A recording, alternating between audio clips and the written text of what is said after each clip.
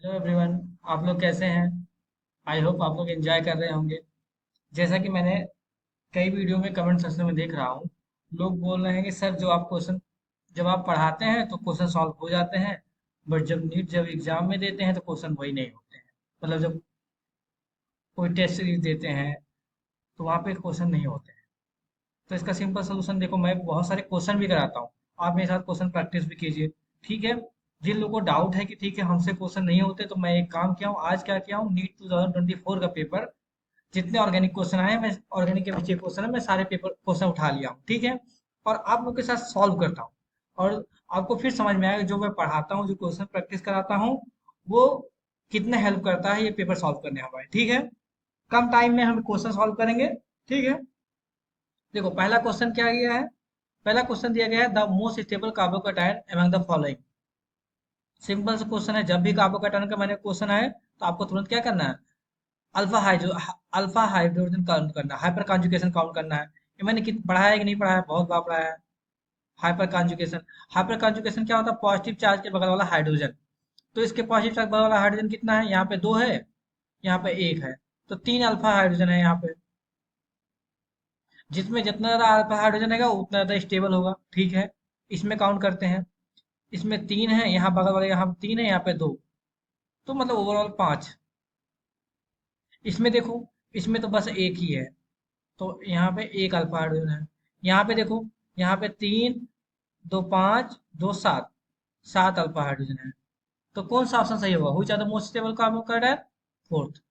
ये चीज पढ़ाया है। एक मिनट एक सेकंड का क्वेश्चन है, हो गया। ठीक है, नेक्स्ट क्वेश्चन आते हैं। नेक्स्ट क्वेश्चन पूछा, identify the correct reagent that would bring the following transformation. यहाँ से यहाँ आने के लिए कौन सा रिएजेंट काम आएगा? मैंने कन्वर्जन रिएक्शन बहुत सारे सिखाए हैं। कन्वर्जन रिएक्शन का सिंपल से एक छोटा सा पार्ट दिया गया है। ठीक है। अगर आप हाइड्रोलिसिस करेंगे और ऑक्सीडेशन करेंगे, होगा बिल्कुल कुछ नहीं होने वाला है। ठीक है। हाइड्रोकोरेशन क्या होता है? हाइड्रोकोरेशन क्या होता है? ये यहाँ पे आपको दिया गया है, CH2 CH double bond CH2। हाइड्रोकोरेशन क्या होता है? यही तो है ना, BH3।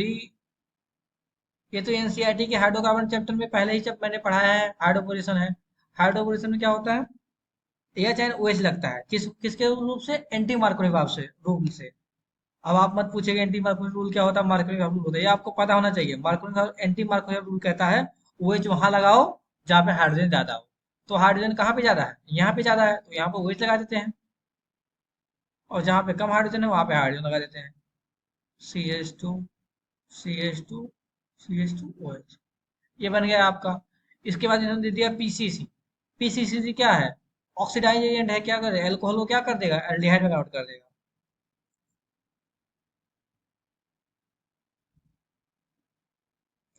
यही तो हमें बनाना था।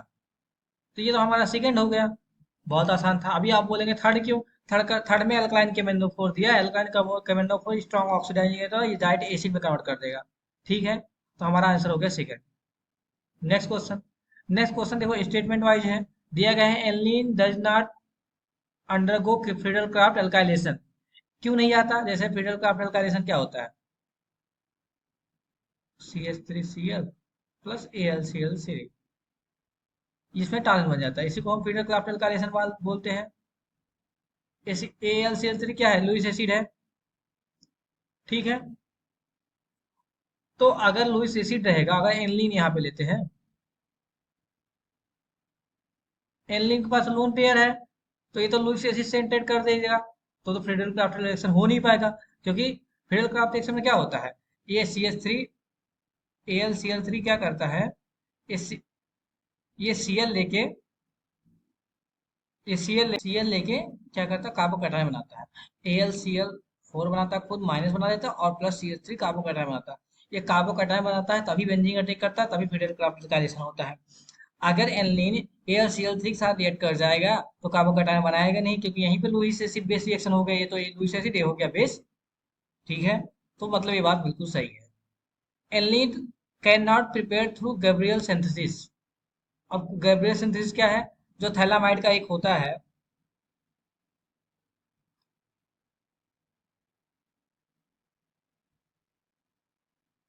ठीक है। अगर इन्होंने मान लो ये बोल रहे हैं कि थैलामाइड में कैसे बनाते हैं, इसका रिएक्शन है एल्किल हाइड्राइड से कराते हैं, C2H5 Br प्लस कोई बेस। तो फिर यहाँ पे वो आके यहाँ पे प्राइमरी एमीन या secondary amine, primary amine secondary amine बना सकते हैं। बट एरोमेटिक एमीन नहीं बना सकते, क्यों? उसके पीछे एक लॉजिक है। सिंपली बात है, अगर इसको मैं हम आके एलिमिनेट करें,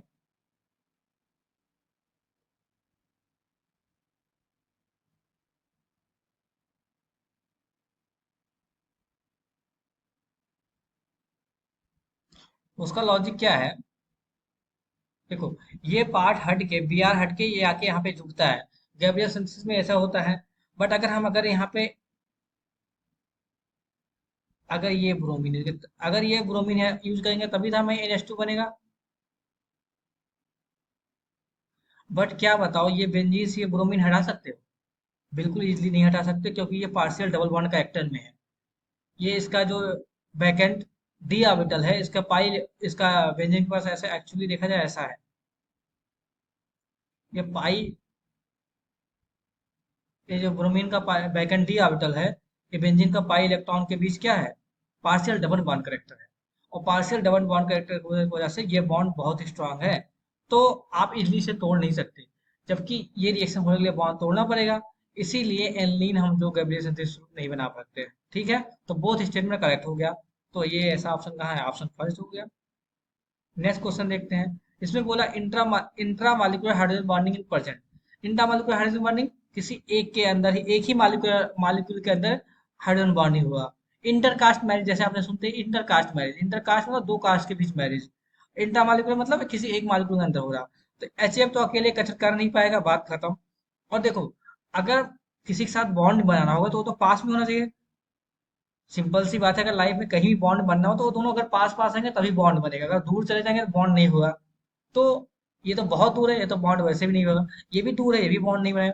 सबसे ज्यादा क्लोज कौन है? ये है, तो बॉन्ड इजीली बन जाएगा। तो हमेशा याद रखेंगे, जो इंटरमॉलिक्यूलर हाइड्रोजन बॉन्डिंग होता है आर्थो पोजीशन वाला होता है। ठीक है, आगे बढ़े। एक compound with molecular formula C6H6 है, टू टर्सरी कार्बन।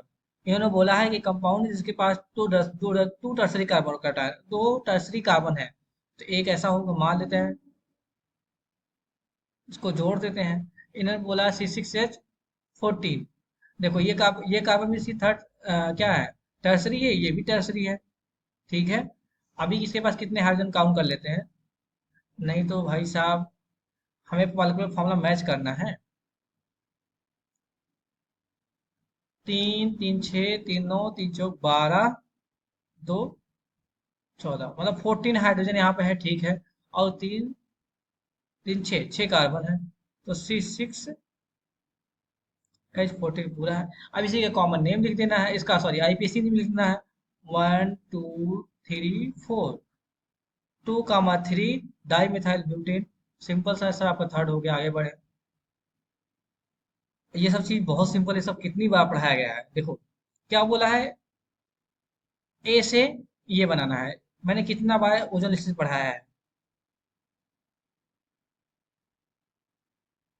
ये बनाना है। दो, तो सिंपली क्या कर सकते हैं, इनके बीच में तोड़ो, दोनों वो दे दो, यही तो ट्रिक है। तो हमारा बन जाएगा, ये ओजोन स्टेज कराने बन जाएगा। तो ए का ओजोन स्टेज, ए का कहाँ पे है? A का 4। A का 4 ऑप्शन ऐसा कहाँ है? फर्स्ट एंड थर्ड में है, मतलब सेकंड एंड फोर्थ वैसे भी खत्म। ठीक है, और इसके बाद फिनोल का ऑक्सीडेशन करके, सॉरी, साइक्लोहेक्सिनॉल का साइक्लोहेक्सिनोन बना रहे हैं। तो कोई ऑक्सीडाइजिंग एजेंट यूज करना पड़ेगा। तो क्रोमियम 3 क्या है? ऑक्सीडाइजिंग एजेंट है। तो सी का क्या हो जाएगा? सेकंड। सी का सेकंड कहाँ है?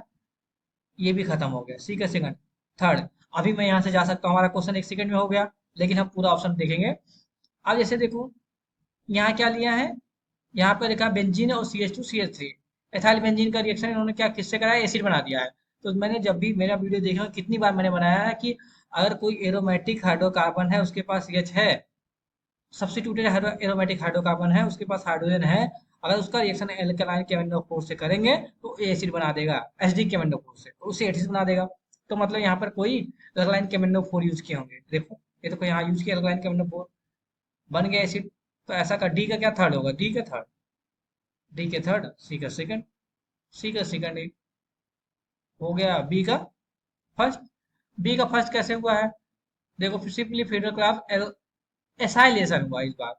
फीडर क्राफ्ट एसाइलेशन, ये सब अगर आप मेरा वीडियो देख रहे हो तो ये सब रिएक्शन मैंने बहुत बार यूज किया है। और मोस्टली जब मैं रिएक्शन कन्वर्जन रिएक्शन सिखाता हूँ ये सब बहुत बार यूज करता हूँ। तो आप वो सब वीडियो देखेंगे आपको बहुत हेल्प होगा। ये सब देखिए नीट 2024 का पेपर है। अगर मैं सच्ची में देखूँ तो अगर आप मेरे सही से फॉलो करेंगे तो एक क्वेश्चन 10 मिनट का नहीं है। 10 मिनट में ऑलमोस्ट 70 मार्क्स मिल जाएंगे। ठीक है, इसका आपको होगा थर्ड। नेक्स्ट क्वेश्चन देखें। The compound which go undergo SN1 reaction with faster rate, कोई फास्ट रेट क्यों जाएगा? उसके बाद स्टेबल हाइड्रोकार्बन SN1 मतलब क्या? कार्बोकैटायन स्टेबल हो। तो कार्बोकैटायन स्टेबल कहाँ होगा? बी आर निकलेगा तो कार्बोकैटायन बनेगा, पॉजिटिव चार्ज आएगा। इस केस में सेकेंडरी कार्बोकैटायन होगा। इस केस में प्राइमरी कार्बोकैटायन होगा। इस केस में देखो फिनाइल रिंग पे ही कार्बोकैटायन हो जाएगा। इस केस में देखो सेकेंडरी कार्बोकैटायन होगा। तो बोलो तो इसमें ये भी सेकेंडरी ये भी सेकेंडरी, तो प्राइमरी वाले तो ऑप्शन हटा देते हैं। और ये benzyl carbocation sp2 hybridised carbocation बिल्कुल स्टेबल नहीं होते हैं। अभी बोलेंगे क्यों सर? सिंपली ये तो किसी पे पॉजिटिव चार्ज है और उसके पास डबल बॉन्ड, मतलब कि sp2 मतलब परसेंटेज इसका डबल बॉन्ड का बहुत ज्यादा होता है। एक टाइप का विड्रॉ, एक टाइप का तुम मान लो कि इलेक्ट्रॉन अपने तरफ को खींच ले रहा है। एक तो किसी को पॉजिटिव चार्ज, एक तो इलेक्ट्रॉन कमी है उससे और इलेक्ट्रॉन ले रहा है, मतलब और खराब कर दे रहा है। तो sp2 हाफ डाइज और sp हाइब्रिडाइज कार्बोकैटायन बहुत ही अनस्टेबल होते हैं। ठीक है, अब इन दोनों सेकेंडरी कार्बोकैटायन है, कौन ज्यादा स्टेबल होगा? देखो सेकेंडरी कार्बोकैटायन ठीक है, बट यहाँ एक बात नोटिस करना। यहाँ पे यहाँ पे बेंजीन रिंग है। ठीक है, एक टाइप का रेजोनेंस है, तो ये तो बहुत ज्यादा स्टेबल होगा। कार्बोकैटायन रेजोनेंस में रेजोनेंस स्टेबलाइज है, मेजोमेरिक इफेक्ट टाइप का शो कर रहा है, तो मतलब हमारा फोर्थ वाला बहुत स्टेबल है। ठीक है, नेक्स्ट क्वेश्चन देखो, बहुत ही सिंपल क्वेश्चन पूछा, मैच करने के लिए पूछा है। इसमें बोला है कि एथेन में क्या हो, कार्बन कार्बन के बीच बांड बताना है। एथेन क्या होता है? CH3। CH3, carbon carbon carbon के बीच में क्या है? सिंगल बॉन्ड है, मतलब सिग्मा बॉन्ड है। तो एथेन में क्या है? केवल सिग्मा बॉन्ड है। तो वन सिग्मा, ऐसा थर्ड ऑप्शन में one sigma, only one sigma bond, ऐसा थर्ड ऑप्शन में है। तो ए का थर्ड मतलब कि फर्स्ट एंड सेकंड ऑप्शन खत्म। ठीक है, अब एथीन, एथीन मतलब क्या? CH2 डबल बॉन्ड CH2, मतलब एक एक सिग्मा एक पाई है। अब मत बोलिएगा सर आपको सिग्मा और पाई काउंट करना नहीं आता, क्योंकि मैंने वीडियो में बहुत बार सिखाया है। अगर आपको नहीं आता आप कमेंट सेक्शन में लिखेंगे, मैं फिर से सिखाऊंगा। बट ये बहुत सिंपल चीज है। ठीक है, एथीन में से क्या होता है? एक सिग्मा एक पाई, ऐसा ऑप्शन कहाँ है? एक सिग्मा एक पाई, ऐसा फोर्थ ऑप्शन में है। तो बी का फोर, ए का थर्ड, बी का फोर, ऐसा दोनों में है, कोई दिक्कत नहीं। अब सी देखो, carbon C2 molecule. C2 molecule बहुत यूनिक है, इसका आप मॉलिक्यूलर ऑर्बिटल थ्योरी देखेंगे तो उसमें क्या होता है। जैसे अगर C2 हम क्या बोलते हैं, तो सब में क्या होता है? एक सिग्मा एक पाई होता। बट C2 एक ऐसा एक्सेप्शन है जिसमें दोनों पाई होते हैं, सिग्मा एक भी नहीं होता। क्या होता है? दोनों पाई होते हैं, 2 पाई होते हैं। तो ऐसा कहाँ है? C2 का क्या होगा? 2 पाई 1 कहाँ है? टू ओनली 2 पाई, C2 का मतलब सेकेंड, तो सी का सेकेंड। ठीक है, अभी यहां तक मिला। अभी मान लो हमारा ऑप्शन होगा थर्ड। अब डी का क्या? डी एथाइन, एथाइन मतलब क्या? C triple bond CH। Carbon carbon के बीच हमेशा बताना है, बाकी हाइड्रोजन काउंट नहीं करना, नहीं तो बोलेगी सर आप कुछ ही पढ़ा रहे हैं। तो इसमें क्या होता है? 2 पाई है प्लस एक सिग्मा है, ऐसा कहाँ ऑप्शन? 2 पाई प्लस 1 सिग्मा, ऐसा फर्स्ट ऑप्शन है, ऐसा फर्स्ट हो गया। मान लो किसी की चोट, ठीक है सर आप बोल रहे हैं carbon molecule C2 molecule exception है, आपको पता है बाकी लोगों को नहीं पता होगा। ठीक है, अरे भाई आपको ये नहीं पता, पर एथाइन तो पता है ना। एथाइन में क्या है? 2 पाई 1 एक सिग्मा 1, वो तो पता है। अगर वो एथाइन में पता है, मतलब डी का क्या होगा? फर्स्ट होगा, डी का फर्स्ट होगा, तो ऐसा क्यों लिखिए इस ऑप्शन में ही है। तो आप ऑलरेडी आंसर थर्ड में पहुंच गए हैं। ठीक है, नेक्स्ट क्वेश्चन जाते हैं। नेक्स्ट क्वेश्चन बहुत सिंपल क्वेश्चन है, ये नेम रिएक्शन रिएक्शन मैंने कई बार पढ़ाया है। अभी जो कन्वर्जन रिएक्शन सिखा रहा हूँ उसमें ही मैंने बहुत बार बोला है। देखो इसमें क्या, इसका रिएक्शन SN2 हो गया, सिंपली क्या बन जाएगा? अगर इस एल्किल हाइलाइट का रिएक्शन NaCN से करा देंगे तो क्या बन जाएगा? CH3 CH2 CH2 CN। और इसका अगर हम बेसिक हाइड्रोलिसिस करा देंगे, पार्शियल हाइड्रोलिसिस कराए हैं, अगर कंप्लीट हाइड्रोलिसिस कराओगे तो एसिड बन जाता है, और पार्शियल हाइड्रोलिसिस कराओ तो एमाइड बन जाता है। ठीक है, तो क्या बन जाएगा? CH3 CH2 CH2 CONH। ये तो पार्शियल हाइड्रोलिसिस हो गया।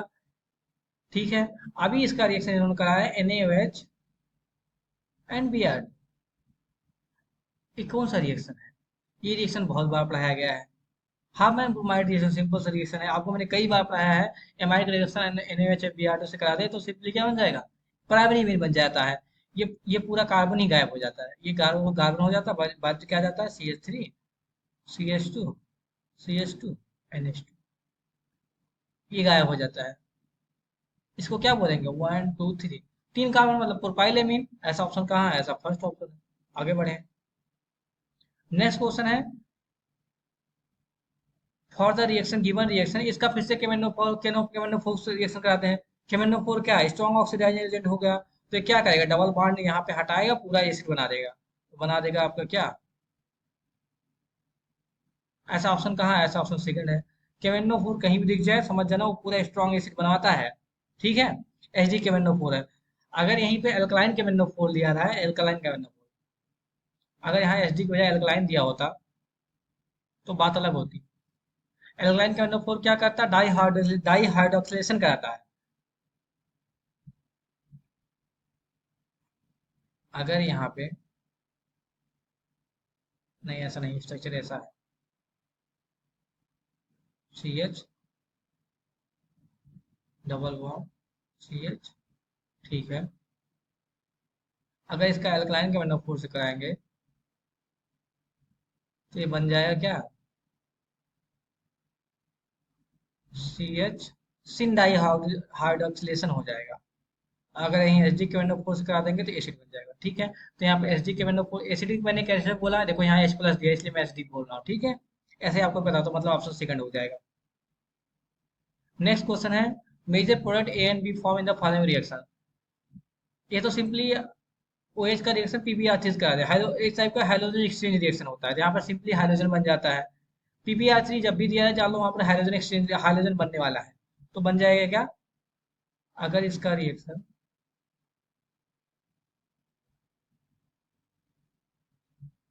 PbR3 करा देते हैं तो क्या बन जाएगा, हाइड्रोजन बन जाएगा, OH की जगह Br आ जाएगा। हेलो टाइप रिएक्शन हो गया। इसके बाद एल्कोहलिक केवेज दे रहे हैं। एल्कोहलिक केवेज क्या करेगा, यहाँ पर क्या नाम, कार्बिन आयन फॉर्मेशन होगा। एल्कोहलिक केवेज सिंपली क्या करेगा, यहाँ पे कार्बिन आयन फॉर्म होगा, वो प्रोटॉन अटैक करेगा, ये अटैक करेगा, डबल Br निकल जाएगा, सिंपली क्या बन जाएगा, आपका एल्काइन बन जाएगा। ठीक है, तो ऐसा ऑप्शन कहाँ है, ऐसा ऑप्शन फर्स्ट है। अभी कुछ लोग बोल रहे हैं सर आप, ठीक है, आप इतने साल से पढ़ रहे हैं, प्रैक्टिस कर रहे हैं, इसलिए आपको आंसर इजीली हो जा रहा। बिल्कुल नहीं, अगर आप भी हमारे साथ क्वेश्चन प्रैक्टिस करेंगे आप भी ऐसे करेंगे, बिल्कुल बहुत ईजी है। ऑर्गेनिक केमिस्ट्री बस क्वेश्चन करते जाइए, आपको बहुत जल्दी चीजें बहुत हिट कर जाएंगे और बहुत अच्छा स्कोर करेंगे आप नीट में। ठीक है, नेक्स्ट क्वेश्चन देखिए।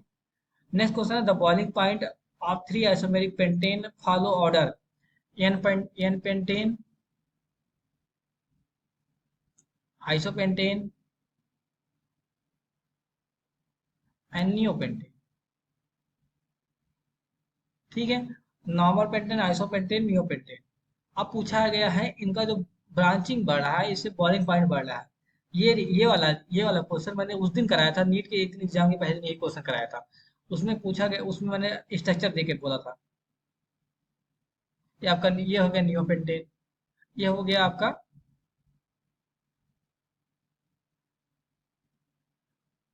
1 2 3 4, ये हो गया आपका, हाँ, आइसोपेंटेन, और ये हो गया आपका पेंटेन। 1 2 3 4 5। ठीक है, आप लोग हाइड्रोजन काउंट कर लीजिए। ठीक है, 5। आप बताइए, उन्होंने बोला है कि कार्बोपेंटेन का बॉइलिंग पॉइंट ज्यादा होता है, बिल्कुल सही बात है। जितना ज्यादा ब्रांचिंग कम होगा उतना ज्यादा बॉइलिंग पॉइंट होगा। अब इसका रीजन इन्होंने लिखा है, the boiling point of the 3 isomer increase in pine pentane isopentane. तो सबसे ज्यादा ब्रांचिंग कहाँ है, सबसे ज्यादा ब्रांचिंग ये नियो पेंटेन का स्ट्रक्चर है, और ये है आइसोपेंटेन का, और ये है नॉन पेंटेन का। जितना ज्यादा ब्रांचिंग होगा उतनी ज्यादा बॉइलिंग पॉइंट कम होगा। तो सबसे ज्यादा ब्रांचिंग कम है, ज्यादा कहाँ है, यहाँ पे है, तो बॉइलिंग पॉइंट सबसे कम इसका होगा, देखो इन्होंने दिया है। तो ये पहला स्टेटमेंट बिल्कुल सही है। और रीजन क्या लिखा, when branching increase the molecule attain a shape or sphere, the result in smaller surface area content due to which intermolecular force between the spherical molecule are big, therefore the lowering the boiling point। देखो इन्होंने reason भी लिख दिया, और reason भी बिल्कुल एकदम सही है। ठीक है, ये क्वेश्चन मैंने उसी दिन कराया जिस दिन नीट का पेपर होता उससे एक दिन पहले कराया था। तो बोथ स्टेटमेंट करेक्ट, बिल्कुल सही बात है। और दूसरा इसका एक्सप्लेनेशन भी यही है। ठीक है, अभी और क्वेश्चन बचा है? नहीं, अभी एक क्वेश्चन और बचा है। इसमें पूछा फेलिंग सोल्यूशन ए इज, बहुत simple question. Fehling solution A है, जो कॉपर का +2 साल्ट होता है उसे हम फेलिंग सोल्यूशन बोलते हैं। तो इसमें कॉपर का क्या बोले, एक्वस कॉपर सल्फेट का जो होता है, एक्वस कॉपर का +2 साल्ट होता है उसे हम फेलिंग सोल्यूशन बोलते हैं। ऐसा ऐसा ऐसा ऑप्शन कहाँ है? एक देखो, ये है। देखो रॉचल साल्ट को, ये तो ऐसे भी, ऐसे टार्टरिक एसिड साल्ट, इसको क्या नाम, sodium potassium, potassium sodium tartrate होता है। सोडियम पोटेशियम टार्ट्रेट होता है, रोचल साल्ट होता है। इसको तो हम नहीं बोलते हैं। फेलिंग सोल्यूशन क्या बोलता है, जिसमें कॉपर का साल्ट होता है। यहाँ डाउट लोगों को क्या फंस सकता है, एल्कलाइन या एक्वस। तो वो एल्कलाइन नहीं होता, उसे एक्वस साल्ट, एक्वस जो होता है वो हमारा होता है, फेलिंग सोल्यूशन होता है। ठीक है, ये क्वेश्चन आपको, अगर आप टेस्ट पर, जो टेस्ट बहुत सारे कंपाउंड के जो टेस्ट होते हैं, फिर फेलिंग सोल्यूशन और क्या नाम, जितने सारे जैसे कि ब्रोमीन का टेस्ट, ये सब सारे आइसोसाइनाइड टेस्ट, जितने सारे टेस्ट होते हैं उससे मैं एक वीडियो में एक दिन पढ़ा दूंगा। आप सारे टेस्ट यूज कर लेंगे, याद कर लेंगे। मैक्सिमम 1 घंटा की वीडियो है, उसमें आपको जितने भी क्वेश्चन होंगे उससे उससे मैं करा दूंगा। ठीक है, देखो, अगर मैंने आपको ये कितने ऑलमोस्ट 14 क्वेश्चन थे, ऑलमोस्ट 70 मार्क्स के। और 70 मार्क के क्वेश्चन अगर आप अगर अपने हिसाब से सॉल्व करेंगे, मैक्सिमम 10 मिनट से भी कम टाइम लगेगा। तो नीट में क्या है, सिंपली आप अपना टाइम सेव करिए और कम टाइम में ज्यादा क्वेश्चन करिए। तो ऑर्गेनिक का आपका टारगेट है 10 से 15 मिनट में पूरा ऑर्गेनिक खत्म करना है। ठीक है, आपको मजा आया? मैं इसलिए आज नीट का पेपर एक सॉल्व कराया, क्योंकि लोग बोल रहे हैं कि सर आप जब क्वेश्चन कराते हैं, जो चीजें पढ़ाते हैं उसे उस समय समझ में आती है, बट क्वेश्चन जब चल ट्राई करते हैं सॉल्व करने के लिए, फिर नहीं होता है। लेकिन देखो मैंने क्या किया, अभी आपके सामने मैंने जो पढ़ा है उसी का यूज करके क्वेश्चन सॉल्व कर रहा हूँ। आपके भी दिमाग में हिट हो रहा है। नेक्स्ट टाइम से जो मैं कन्वर्जन सीरीज करा रहा हूँ या फिर जो चीजें पढ़ा रहा हूँ, आप बस क्या करिए, उसके साथ प्रैक्टिस करिए हमारे साथ। आपसे क्वेश्चन बनेंगे, पक्का बनेंगे। ठीक है, और आप नीट 2025 में 100% अच्छा स्कोर करेंगे। अगर आपको अच्छा लगा हो तो हमारा चैनल सब्सक्राइब करिए और अपने दोस्तों के साथ शेयर करिए, और वीडियो से कमेंट सेक्शन में कमेंट करिए आपको वीडियो कैसा लगा। Thank you guys.